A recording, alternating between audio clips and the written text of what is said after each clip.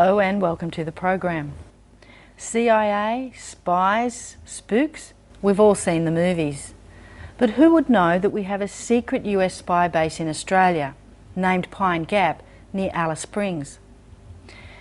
We also have a long history of people who have taken direct action, protest action against these installations. There was the famous case of the 4 women in England who destroyed a Hawk jet with a hammer in protest against the British sales of these jets to Indonesia, who were using them to bomb East Timor.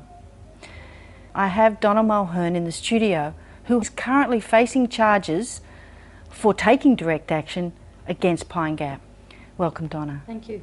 Let's talk firstly about Pine Gap itself. Can you tell us what it is? Pine Gap is one of a handful of US military bases in Australia. Pine Gap is the most significant of those bases. It's a satellite receiving station, gathers intelligence. It's part of the Star Wars system. Pine Gap is involved very much in the war in Iraq in terms of gathering military intelligence for missiles, monitoring of troops, of terrain, of the countries that America is at war with. Pine Gap's been accredited with everything from helping in the downfall of Whitlam, tracking Scud missiles sent off by Iraqi military into Israel, and in the current war on Iraq, with actually directing bombs which were bombing Baghdad.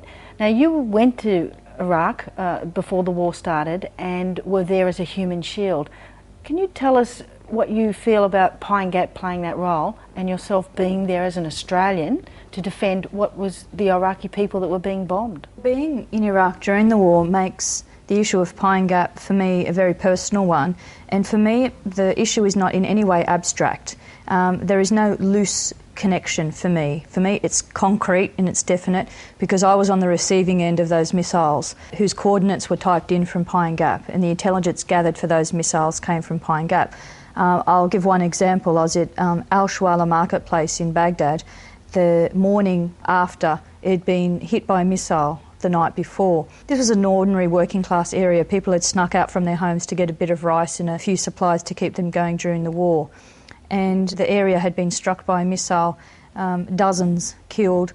When I arrived there, the human flesh was still in pieces on the ground. People were screaming and wailing. Why us? Why did this happen to us? We had no real answers to give them, and it was so painful to hear their cries and their grief. Around the marketplace were puddles, which would normally be puddles of rainwater, but this day they were puddles of blood.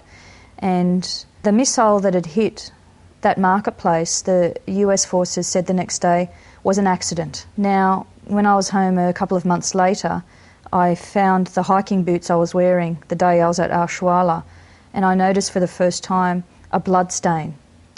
And I had brought back with me the blood of a human being who'd lost their life, most likely as a result of that missile attack. When I address the jury in a few weeks for our trial, I'm going to show them that boot. I'm going to wear those boots into the courtroom, draw attention to that blood stain, and ask the jury to honour the humanity of the person whose blood is on my boots in this courtroom now, because the missile that hit their marketplace is directly related to the intelligence gathered at Pine Gap. Isn't it warranted to have such a facility here to counter terrorism? Some may argue that. Others would argue that the presence of such a facility means that we are no longer having an independent foreign policy because it's such a sophisticated facility.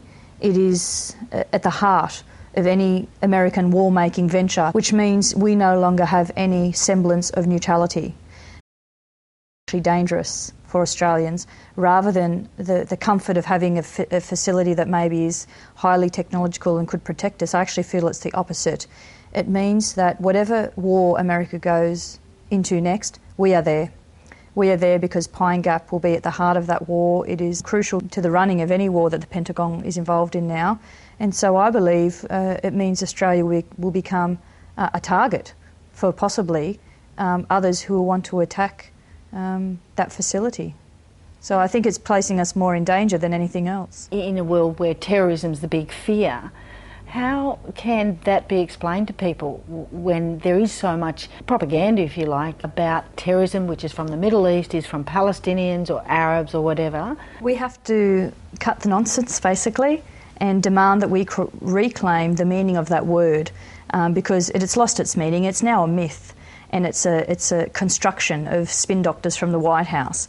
Terrorism is an act of violence with a political motive that kills innocent people. I don't know about you, but that pretty much defines war to me, and definitely the war in Iraq. So the group I'm involved in wants to challenge the debate that's going on, so-called debate about terrorism. We'd like to bring some moral and intellectual consistency into that debate and say, hang on, let's call a spade a spade. An act of violence from a suicide bomber is terrorism, and we condemn it. Innocent people are killed. If an innocent person is killed as a result of a jet fighter bomber, we can't see a difference in that, because we believe that all life is equal and all life is sacred. It's just that the act of terrorism from the jet fighter was state-funded, taxpayer-funded, state-sanctioned terrorism. That's the only difference. War being the terrorism of the rich. Why is this base so important to the US? Could we get rid of it? The work at Pine Gap is violent. It doesn't have to be that way. The technology at Pine Gap could be used another way that's not involved in war making. But Pine Gap is at the heart of the US-Australian alliance. Do we get the intelligence? Is there any use that they use it for within the population here? Pine Gap costs millions of dollars to run in terms of Australia's contribution. Now, the government will say that the intelligence from Pine Gap is shared. I would say, why would we need information about the terrain in Iraq and movements of Iraqi people? It's a bit of a farce to say that they are sharing this intelligence, and so isn't that a great thing? I would say, well, we actually don't need to have this kind of intelligence, and that Pine Gap has very, very little, if any, benefit to Australia. It's run by the US. Half of the people that work there are Americans. They sign confidentiality agreements. They are not allowed to speak one word about what they do. The CIA is there. They're basically getting all the benefit. We'll just take a break now, and we'll come back and discuss the action that you participated in at Pine Gap and the consequences of that action.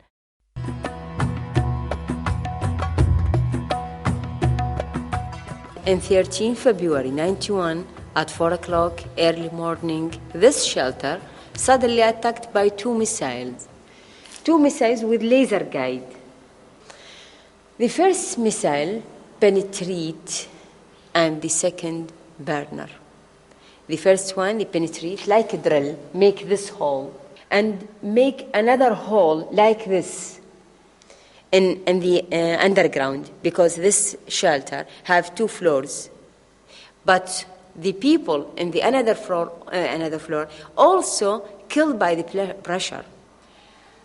The second missile, the burner, person said, not inside, because by a horizontal way, in exhaust gates, and make very high temperature and smoke. And the temperature about 400 centigrade. Like oven inside. And who is the victims? Do you see? Children, women, elders, and every boy under 18 can stay here. And you can see here, Muhammad in one family, Ali another family, Walid different family, Amr different family, and so on. And everyone come here after this crime, exactly after 2 days, can see the tragedy and the sadness in every house. Because every house in Amaria area, have a martyrs.